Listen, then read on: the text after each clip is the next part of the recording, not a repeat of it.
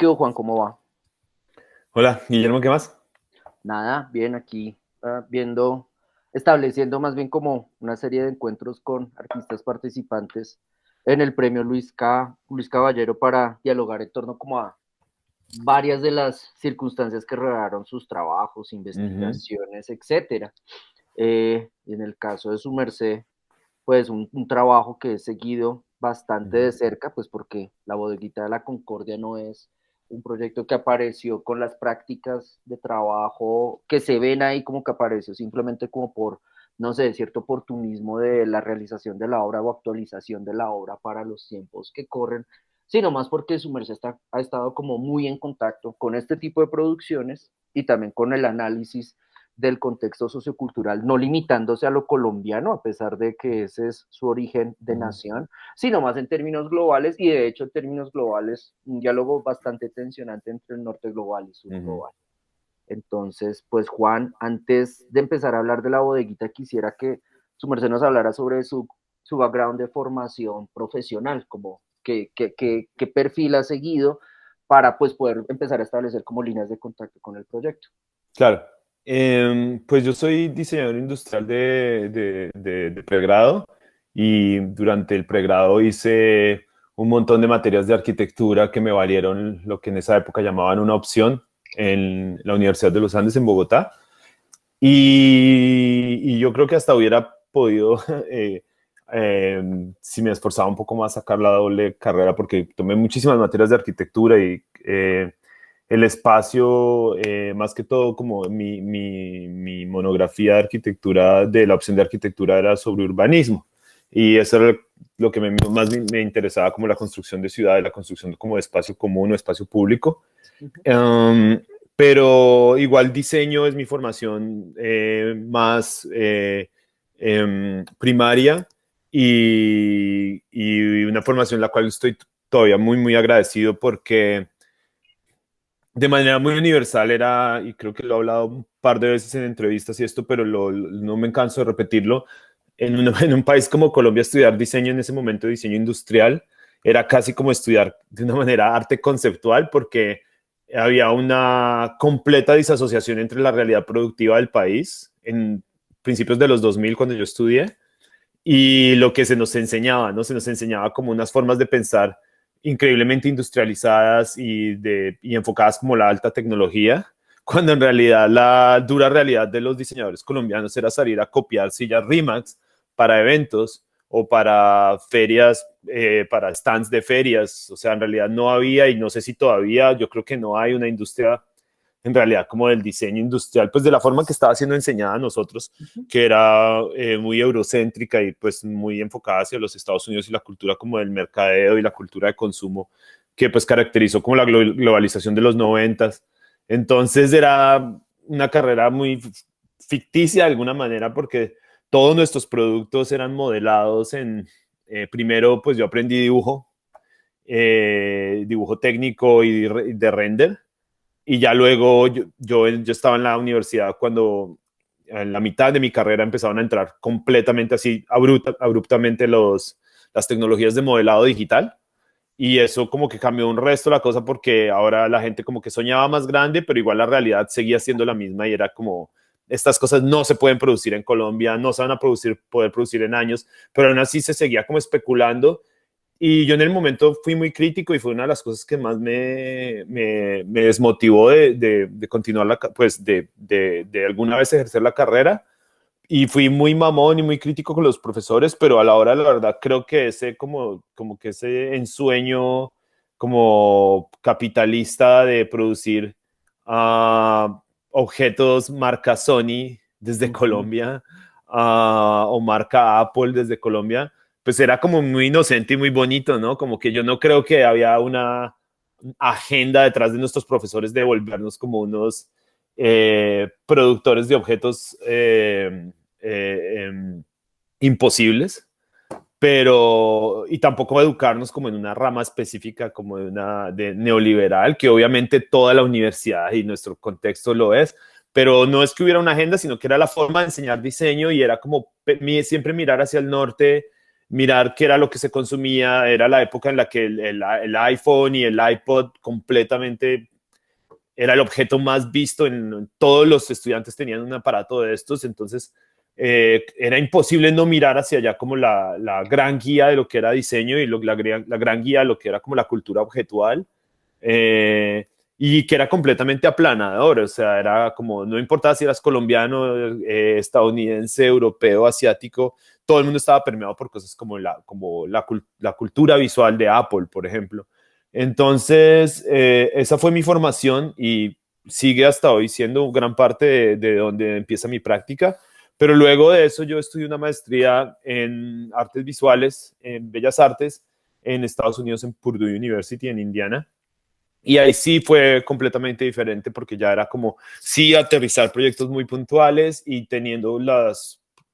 medianamente ciertas condiciones de producción que sí eran muy posibles. Entonces, era una universidad que contaba con muy buenos equipos, muy buenos estudios, y ahí me empecé yo a meter más de lleno en realidad en lo que a mí me parecía interesante en ese momento, que era mucho el video, pero no necesariamente como videoarte, como pues por lo menos video instalación como en galerías ni nada, sino que me interesaba mucho como los videos virales, el internet, las culturas en ese momento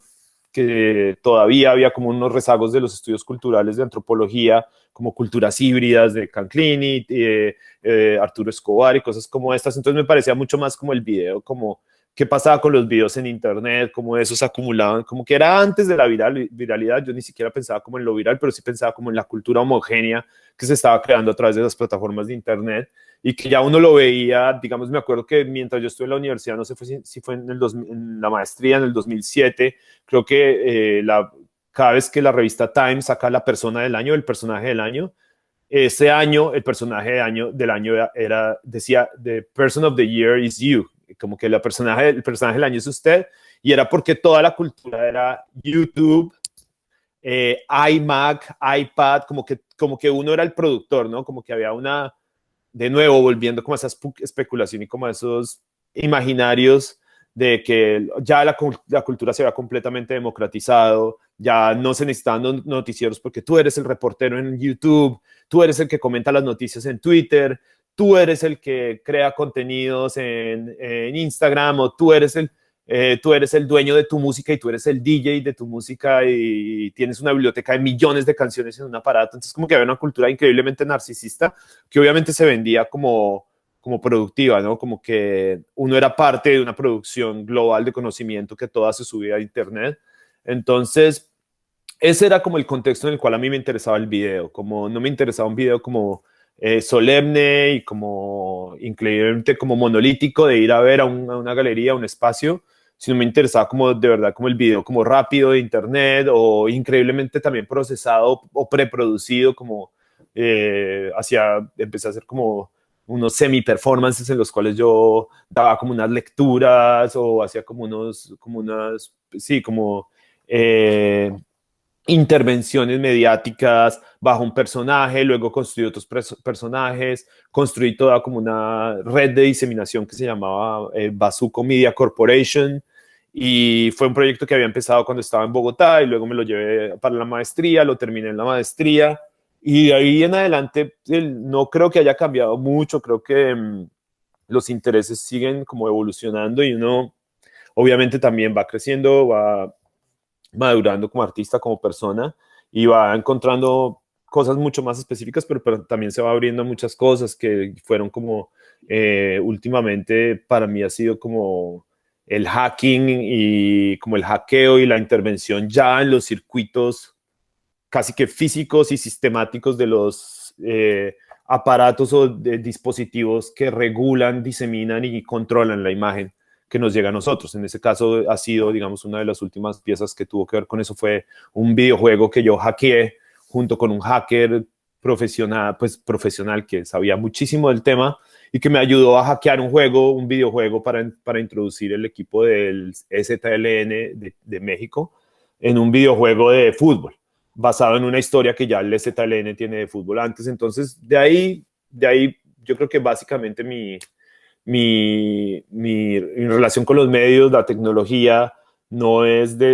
viene de un ángulo celebratorio, ni pirotécnico, ni qué voy a hacer con estos aparatos, o cuánta más plata me puedo gastar para hacer algo completamente espectacular, sino más viene como de un acercamiento mucho más común a la tecnología casi que casera y personal que los que tenemos nosotros, al que tenemos acceso todo el tiempo, pero también cuando la acumulación del uso de esta tecnología crea, entre comillas, tendencias y por el otro lado ideología o propaganda o culto, pues me parece muy interesante, ¿no? Porque tiene una repercusión tremenda, cosas que estamos viendo en unas pantallas de este tamaño, chiquiticas, pero aún así como que tiene un gran control sobre la forma en la que vemos las cosas y pensamos. Ok, Juan. Digamos que me llama la atención y en el caso de la generación de ustedes, como personas que precisamente estaban haciendo su maestría y sus procesos como de consolidación profesional a mediados de la década de 2000, me llama la atención que precisamente en el año en que nace o se publica o se presenta en Sociedad Facebook, su merced está haciendo la maestría y como que ahí también usted tenga como una racionalice el uso del video, no como la generación anterior, la mía, donde el video era así solemne, como con un palo inside in the ass para dar cuenta de una reflexión seria o de una reflexión pertinente para el contexto, sino que precisamente su merced sigue por una línea de indagación del video en torno a la nueva plataforma que después de manera cada vez creciente y ya como usted lo dice hoy, incluso de manera predominante se configura en una nueva realidad o en una realidad donde nosotros evidenciamos de frente y asumimos de frente también la ideología.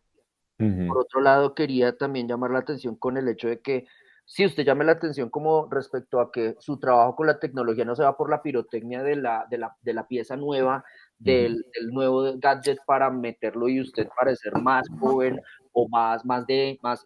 está en el hype, pues, y me recordaba como, usted me recuerda como una metáfora que Sadie Plant en el CSRU, cuando se salió del CSRU y como que dejó de ser novia de Nick Land, empezó como a revisar lo que hicieron los aceleracionistas, esos primeros aceleracionistas que trabajaban allá en Warwick, y ella critica desde un feminismo como localizado tecnológicamente, critica el hecho de que el cyberpunk de los 90, como de mediados de los 90 hasta no, los 98, 2000, era un cyberpunk eso, que pretendía y se veía como libertario, como que generaba nuevas vías de participación y que de por sí se garantizaban las nuevas vías de participación porque Internet estaba ahí y estaba para todo el mundo. Claro. Cuestión que el modelo neoliberal nos ha dicho como ni por el hijo de puta, está ahí porque hay decisiones de existencia y disponibilidad de la infraestructura para que en ciertos países llegue cierto contenido o para que llegue cierta tecnología y ahí, comillas, tú participes, cierro comillas. Entonces, en esa lectura de Y Sadie en, Plant, y en las versiones más tenebrosas de eso, no solo tú participes libremente, sino participes casi que dirigido a lo que queremos que participes. O sea, ya en vez de receptor y emisor, eres propagador, es como un propagador de señal, ¿no?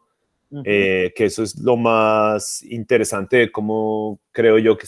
lo que está pasando con las redes sociales en los últimos años, es que de un contenido como abierto y crítico y viendo el nivel de editorialidad que se toman las compañías como YouTube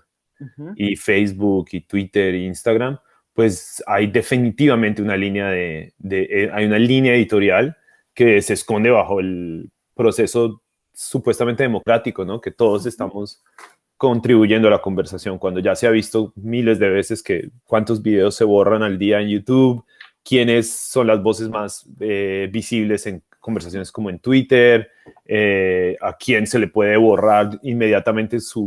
toda su contribución a esta gran conversación global, se le puede borrar en un segundo, que es algo que no solo tiene que ver con el monopolio de las redes, pero tiene que ver con la naturaleza misma de la forma en la que se ha configurado el Internet, o sea, de una red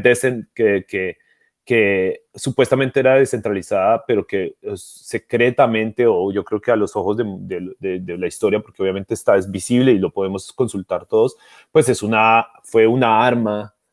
desarrollada por las fuerzas militares de los Estados Unidos, el nacimiento del Internet. O sea, que su estructura inicial está diseñada para ser una herramienta de comunicación en tiempos de guerra, y ya cuando la herramienta de comunicación se vuelve completamente constante, quiere decir que el estado de guerra también es constante, porque está diseñada precisamente para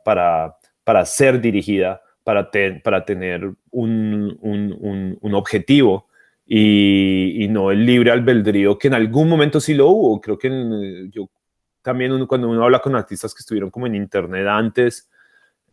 como Eva y Franco Mates, que eran italianos pero que llevan viviendo en Brooklyn mucho tiempo, ellos hablan de el montón de intervenciones y de cosas súper locas que pasaban en internet, pues al punto pues que se conseguía fácilmente como mucho material increíblemente gore, por ejemplo, como videos de torturas y cosas así, como páginas, no me acuerdo si recuerda, pero había una página que se llamaba hell.com, que era un montón de páginas y de URLs que estaban completamente casi que basados en teoría como de la red profunda, y que carecían de todo tipo de diseño de interfaz como el que lo conocemos hoy, ¿no? El botoncito, el corazoncito, los emojis, sino que eran como unas páginas bastante crípticas, completamente anónimas, en las que pasaban cosas muy extrañas y donde había unos intercambios muy fluidos. Entonces, sí,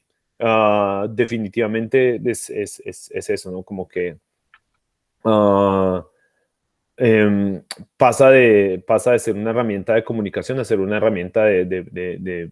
posible manipulación masiva, que es lo más interesante de eso. Ahí su merced se me adelantó precisamente a la pregunta que le quería hacer utilizando Plan, y es, pues usted trajo una metáfora que yo no tenía pensada, y es la de esta arma de alta influencia masiva, y que en muchísimos casos, por ejemplo, genocidios promovidos a través de estas plataformas, pues se materializa como arma de destrucción masiva. Quería preguntarle cómo cruza usted, desde la perspectiva de análisis de varias obras que ha venido realizando, esta cultura que genera una editorialización ya prefigurada ante la cual respondemos, o ante la cual nos comprometemos utilizando el engage como compromiso, y por otro lado, su componente altamente narcisista, que es una variable que, digamos, para personas ubicadas en el sur global como yo, o los estudiantes que son como el público original inicial de estas entrevistas, como que eso lo naturalizamos, como, ahí está, pues usémoslo y disfrutemos más bien. ¿Cómo lo ve su merced? Pues es que son increíblemente dependientes el uno de lo otro, como que la promesa de la personalización y la promesa del broadcasting, como de uno ser la estrella, y el lenguaje del cual hablábamos ahorita, como de YouTube, iMac, iPad, como que es increíblemente necesario para generar los niveles de adicción en los cuales se encuentra nuestra cultura hoy en día, y dependencia a estos sistemas, ¿no? ¿Cuántas veces hemos escuchado últimamente a curadores, galeristas hablar de, uy, esta obra en entrevistas, en espacios públicos de opinión de arte, hablando, no, esta obra es una de nuestras mejores obras porque es la obra más instagramable, o esta exhibición, la gente está haciendo fila, digamos, estas exhibiciones últimamente, que son como lo que le llaman como, ¿no? Como taquilleras, ¿no? De museos, como blockbusters, como de Virgil Abloh y gente así, que la gente hace fila para tomarse fotos con una obra. Son altamente deseadas por los museos y las galerías, y son puestas más allá de la crítica, ¿no? Como que no hay forma de criticar esto porque es taquillero y porque está generando un contenido, está generando un montón de movimiento que remeda mucho, digamos, la forma de especulación de no sé, de una criptomoneda o algo así. Entonces, es difícil porque todos somos partícipes de ello, y creo que de ahí nace la idea de querer trabajar con esto. O sea, yo no pretendo criticar o ahondar más allá de mi propia implicación en el intercambio. Digamos, hay artistas, no sé, ¿cómo es que se llama el que investiga sobre los centros secretos de Internet? Como Trevor Paglen. Y esa gente que pues, me parece súper chévere su obra, pero lo de ellos parece como una labor más investigativa y como de arte periodismo o arte documental, que lo mío no va tanto ahí. A mí, yo lo que he visto, de lo que usted me pregunta, como cómo lo veo en la tensión entre el sur global y lo que está pasando como sistemáticamente, globalmente, y las implicaciones globales de esto, yo diría que una obra que es muy significante ahí, que puede ser para mí, pues una obra muy superficial y como muy tonta, pero a mí me encanta y fue muy divertido hacerlo, fue la obra que hice con usuarios de Tinder en Chapinero, que eh, fue, y la uso como nada más como ejemplo para poder como responder a la pregunta, pero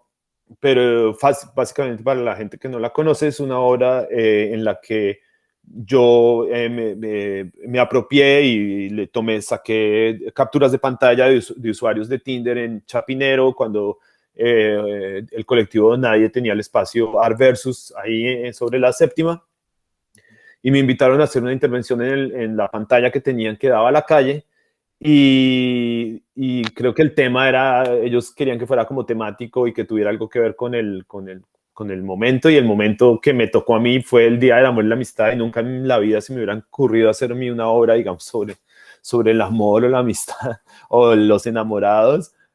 Pero fue muy chévere como el reto, porque entonces era como algo que es increíblemente nuestro, que es el Día de los Enamorados en Colombia, que tradicionalmente se expresa con un montón de material de cursilería, de canciones que no ha cambiado durante, no sé, de la historia de la balada contemporánea o la balada latinoamericana. Se siguen oyendo las mismas canciones, se sigue dedicando el mismo tipo es más, esos mismos tipos de estéticas de te amo, no me das ni la hora, pues siguen replicando hoy, por ejemplo, en memes. Y eso son cosas como dichos y cosas que vienen como desde los 60, desde mis padres. Pero lo que me pareció más interesante ahí fue como, wow, hay otra variable acá, y la variable no es solo que hayan memes sobre el romance, sino que la gente se está enromanceando a través de sus celulares y está generando un tipo de conexiones tremendas, pero a la vez hay un nivel increíble de inocencia al darse en contra de las interfaces. Por ejemplo, al meterme en el Tinder en Chapinero, había mucha gente que salía en las fotos con sus parejas. Eso fue muy al principio de Tinder. Y entonces, claro que ahí había una como pérdida de traducción, ¿no? Como que llegó Tinder y para mucha gente era como un nuevo Facebook, como, otra red social. Y tengo que participar. ¿Y por qué no? Obviamente, de nuevo, la crítica mía no está ahí, porque yo soy el primero. Pero la crítica mía sí está hacia mí personalmente, y hasta como mis amigos y yo le entramos a esas cosas y jugamos ese juego. Una de las cosas que más me impresionó fue que en Colombia, cuando llegó Tinder, acá en los Estados Unidos, Tinder era una vaina para sexo rápido al principio, que estaba pasado como en Grindr, y que Grindr era como, hey, nos encontramos en tal lado, me gustas, te gusto, ¿dónde nos vemos? Y vamos a tener sexo. Pero Tinder, cuando lo vi, la forma en la que lo estábamos asumiendo en Bogotá, ya era como una cosa para construir relaciones serias, o gente estaba como usándolo casi como un Facebook, como un chismógrafo, como, tal persona está en Tinder, entonces debió haber terminado con tal. O sea, como que también Bogotá es una cosa como muy coloquial, muy, muy pequeña, entonces se volvía como también como un chismógrafo más. Y de verdad se empezó a usar de una manera diferente. Es más, una de las imágenes más fuertes para mí, y la deberíamos usar en el video, es que había un mural de Tinder en la 85 que salía Sofía Vergara, pero un mural de estos pintado por uno de estos grafiteros super pro, y era Sofía Vergara usando Tinder, y sus prospectos a los que ella estaba haciéndole como swipe left eran como Justin Bieber, Chuck Norris, un montón de estrellas gringas. Entonces, y en la 85 en Bogotá, en graffiti, o sea, ni siquiera era como ni un fotomontaje ni nada, sino que era como un aviso. O sea, es que lo tiene todo, es un aviso pagado por una corporación multinacional que trafica con nuestros datos personales y que se nutre de nuestra participación en ello, usando una diva de tercer mundo que triunfa en los Estados Unidos, pero entonces que en el aviso aparece viendo todos estos machos que ella escoge cuál va a ser su escogido pues, del día, hecho en graffiti en una pared en la 85 en Bogotá. Era como muchos niveles de prácticamente lo que usted me está preguntando. ¿Cómo vemos esas cosas nosotros y por qué se nos incita tanto a participar? O sea, ¿cuál es la negociación ahí? Como nuestra participación es gratuita, pero es gratuita ¿a costa de qué? Y cómo se consolidan estas casas de medios, y cuando digo casas de medios me refiero como a bancos de medios, como Tinder, que es parte de la industria de Facebook y Instagram, para volverse, por ejemplo, hoy en día aliados del FBI y de la DEA. O sea, Amazon y Facebook, todos estos estaban alimentando las bases de datos en las cuales el ICE, la Fuerza Antiinmigratoria, encontraba a la gente que no tenía papeles en los Estados Unidos. Y era porque durante años todos hemos estado dándole nuestros datos a estas compañías y son las centrales de inteligencia más eficaces del mundo, más allá de cualquier base de datos del FBI. No solo más allá, pero en tándem con. O sea, son completamente parte del sistema. Lo cual en un mundo como el que nosotros conocemos, si uno fuera a mirarlo de manera crítica, es completamente natural. Que unas compañías que nacen del sistema mismo terminen colaborando con el sistema. O sea, todos estos tipos. Mark Zuckerberg estudió en Harvard y de Harvard sale toda la gente para la CIA, para el FBI, y ahí salen todas las personas que se supone que hacen parte del aparato sistémico que controla la mayor parte del mundo. Entonces, como las facultades de Administración y Economía de los Andes salen los ministros principales de los gobiernos que nos tienen vueltos. Exacto. Y ya luego cuando estas personas se supone que abren sus alas y salen fuera de la casa y fuera de su sistema y crean su fortuna y crean su banco de datos, vuelven a incorporarse al sistema. Entonces es lo más natural. Pero ahora lo interesante de esta obra era, de nuevo, ver estas fotos de gente que no tenía ni idea por qué estaban ahí. O sea, salía gente embarazada con fotos con su esposo, embarazados, esperando un niño y en Tinder. O sea, ni siquiera había como una conciencia de que esta vaina era para buscar pareja, sino como, una nueva red social, yo me meto. Entonces,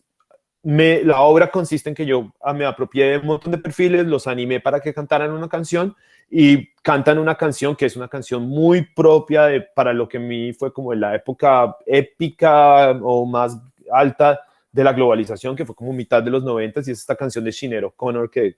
me sabe como a McDonald's.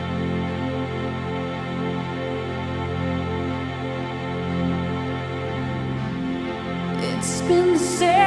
hours and 50 days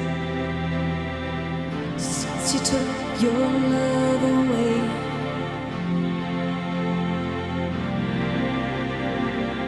I go out every night and sleep all day since you took your love away.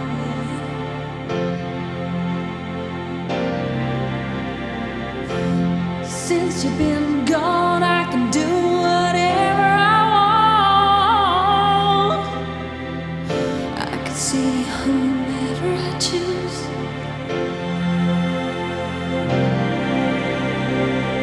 I can eat my dinner in a fancy restaurant, but nothing, I said nothing can take away this blues.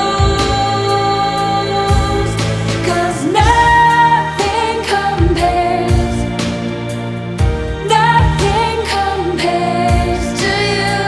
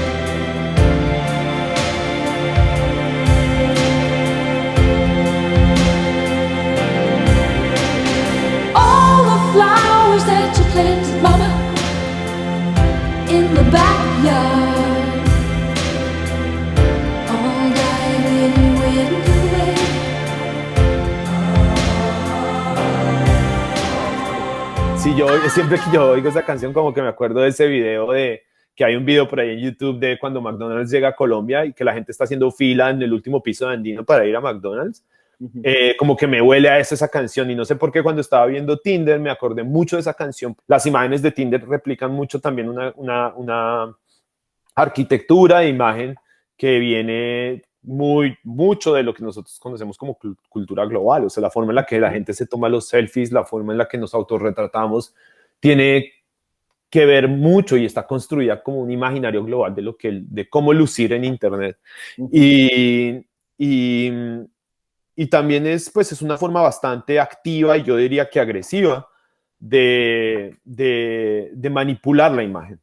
y de manipularnos y de explotarnos en pro de la participación, de nuevo. Yo creo que la cosa participativa y democrática acá cuenta mucho. Pero no sigue dejando de haber unos límites completamente, completamente rígidos geopolíticamente o geográficos en los cuales no podemos irrumpir como ciudadanos del mundo. O sea, podemos participar, pero no podemos movernos alrededor del mundo sin visas, por ejemplo. Pero sí podemos participar y podemos ser parte de esta base de datos que luego se le vende a otro mejor postor, que con esas especula, se crean más capas de información que alimentan estas redes, que alimentan los estamentos de inteligencia del mundo. Entonces, como que ahí es donde yo veo como mi interés con la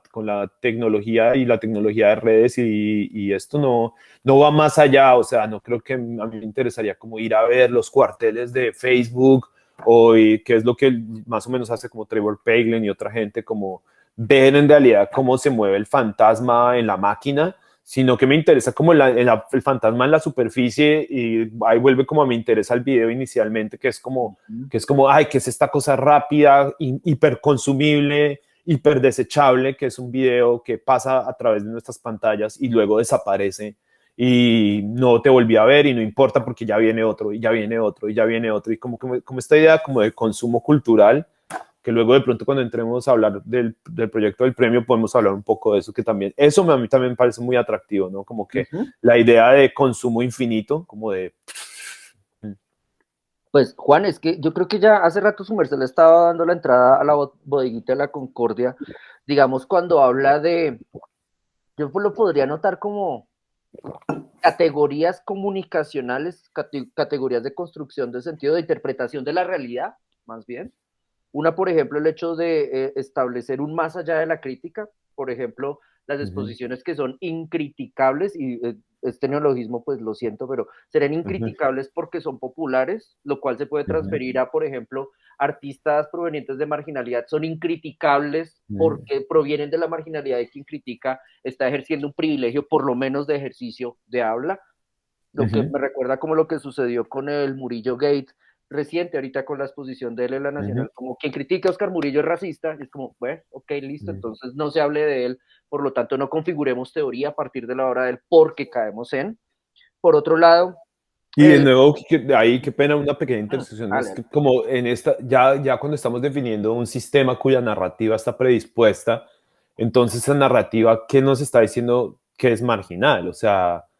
la marginalidad se describe desde un punto de privilegio casi que aleatorio y al que se le asigna privilegio, pero que a la hora de la verdad puede ser no privilegio. O la marginalidad puede ser vista desde lo llamado marginal sin ni siquiera describirse o autoasignarse como marginal. Es más, yo creo que el privilegio mayor es empezar a caer en esas narrativas porque nos llama precisamente a perpetuar esos roles y no a derrumbarlos. Obviamente hay personas que están en peores situaciones que yo o que usted, pero también hay personas que están completamente abusando y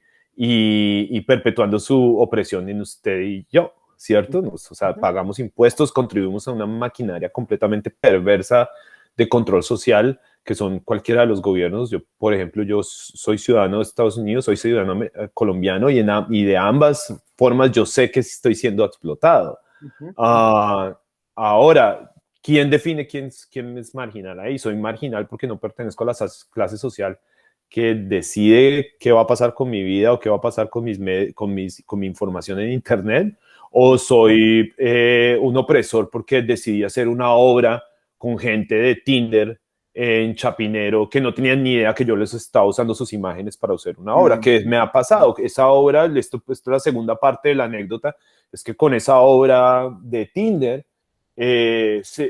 una de las personas que aparece en la obra se descubrió en la obra años después cuando la obra llegó al Museo de Arte Moderno en Medellín, Sí. y se súper ofendió y me iba a acusar de que yo pues lo estaba explotando su imagen personal, y ahí es donde más encontré, y qué pena volver a esta obra, pero ahí fue donde encontré más como el quiebre del que usted me preguntaba en la pregunta anterior acerca de las tensiones entre el sur global y los centros informáticos centrales como en San Francisco, Silicon Valley o New York y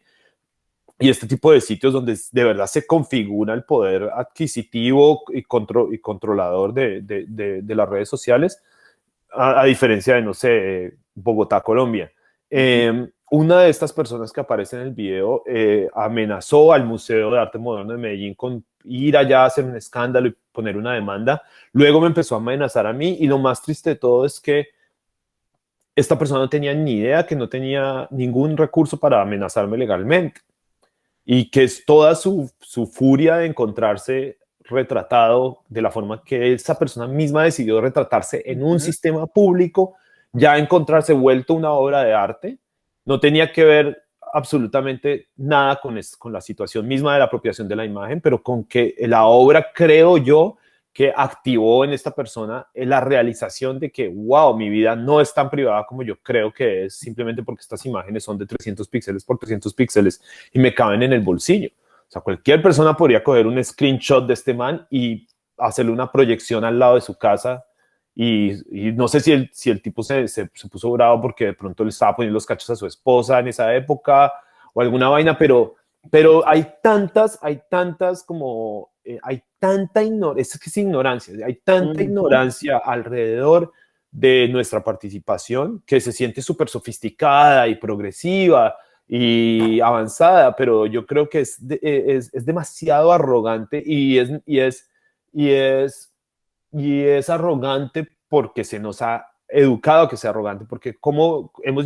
llevamos 10 años de educación, de pronto más, de la cultura del yo-yo, del YouTube, de una cultura increíblemente narcisista. Entonces que se nos ha creado una burbuja en la cual tú tienes control de tu imagen, tú le subes el filtro, le bajas, te quitas años, te subes años, te pones pelo, vas a tener likes, pero ya cuando una obra, y en este caso la obra esta de Bird Without a Song, que estaba en el MAM, le volteó la imagen a este chico y le ve como, mira, tu imagen no es tuya, nunca fue tuya en Internet. Y es tanto no tuya que acá un artista cogió y la usó, la animó, la cambió y te puso a decir unas cosas con tu imagen que tú no autorizaste, pero es que autorizaste el uso de esa imagen desde el primer momento en que la subiste. Y lo chistoso es que ninguna de estas imágenes que nosotros estamos subiendo a internet ya no nos pertenecen. Son parte del conglomerado al cual las estamos añadiendo. Entonces, digamos, si alguien me fuera a demandar ahí, legalmente sería Tinder, no sería él, porque la imagen ya no es de él. Entonces, perdón por volver ahí, pero es como ese nivel como de desapego como de la narrativa del Internet como un lugar feliz de control de tu imagen en el cual tú navegas y tienes el derecho a pagar, a aprender, las notificaciones te llegan o no, de verdad esto es un sistema de alto nivel de control y de alto nivel editorial. Es ahí precisamente donde yo creo que entra la indagación de la cual estábamos hablando. Ok, pues su merced ya mencionó entonces con esto los siguientes puntos era ese, como analizar para saber cómo jugar el juego de las redes sociales, porque se incita tanto a la participación y el no explorar el fantasma dentro de la máquina, sino más bien concentrarse en el fantasma a la superficie. Entonces, ese más allá de la crítica, ese saber cómo jugar o tratar de entenderlo para intentar jugar el juego de las redes o no, el preguntarse por la participación, por la compulsión a la participación que se nos exige desde estas plataformas y el fantasma en la máquina me permiten darle entrada a la bodeguita de la Concordia. Pero antes de hablar como espectador, quisiera que usted como productor hablara de ella, porque creo que nuestras percepciones son distintas y eso es parte de la obra. Seguramente, claro, sí, sí, sí. Bueno, pues es que sí, es una cosa, tratemos de condensar. La bodeguita de la Concordia empezó para mí con una increíble curiosidad hacia el personaje de Andrés Sepúlveda, el hacker colombiano que trabajó para las campañas de Enrique Peña Nieto y sobre todo la de, ¿cómo se llama el candidato para el que él trabajó? Oscar Iván Zuluaga. Y bueno, y según él ha trabajado para muchísimas campañas en Centro y Latinoamérica, todas bajo el comando de este JJ Rendón, que es este asesor político de derecha venezolano, ¿no? Este personaje a mí como que me cautivaba porque representaba toda esa tensión como una persona del sur global. No es Mark Zuckerberg, este huevón no estudió en Harvard, este man coge desde Colombia y aprende cómo prácticamente desarmar estos sistemas y se pone al servicio de la ultraderecha latinoamericana y dice, porque el tipo ideológicamente también estaba comprometido, él no era un mercenario no ideológico, el tipo era de derecha, él quería ayudar a que la derecha venciera el supuesto fantasma del comunismo en Latinoamérica. Y entonces el tipo se ofrece a empezar a trabajar con estas cosas, termina siendo uno de los mejores, si no el mejor hacker político de la historia, y termina sirviendo para todas estas campañas. Finalmente, cuando Santos gana, y casi en venganza, porque él decidió no trabajar para Santos, precisamente porque lo veía como un traidor a la ideología de derecha, pues ya le llega el peso de la ley. Ya cuando el tipo no era de uso y no era beneficioso para el sistema se voltea en contra de él, lo encuentran y lo meten a la cárcel. El tipo es supremamente interesante, hay unas entrevistas que de pronto podemos poner links, hay una entrevista de enter.com, el tipo se rapa y tiene un código QR atrás de su cabeza y él dice que ese código QR tiene como un mapa en donde él tiene como un seguro de vida, tiene como un disco duro donde está todas las pruebas de todas las campañas en las que él ha trabajado. Él asume casi el 90% de la campaña de Enrique Peña Nieto en México. Es que se crearon miles y miles de cuentas de Twitter para crear rumores en contra de sus opositores, para desviar conversaciones en redes sociales, crear falsos testigos y testimonios que caían en YouTube y en Instagram, y adentrarse en los correos institucionales de los medios y de los opositores. Eso a mí me parece fascinante, y me parecía fascinante que una tecnología como tan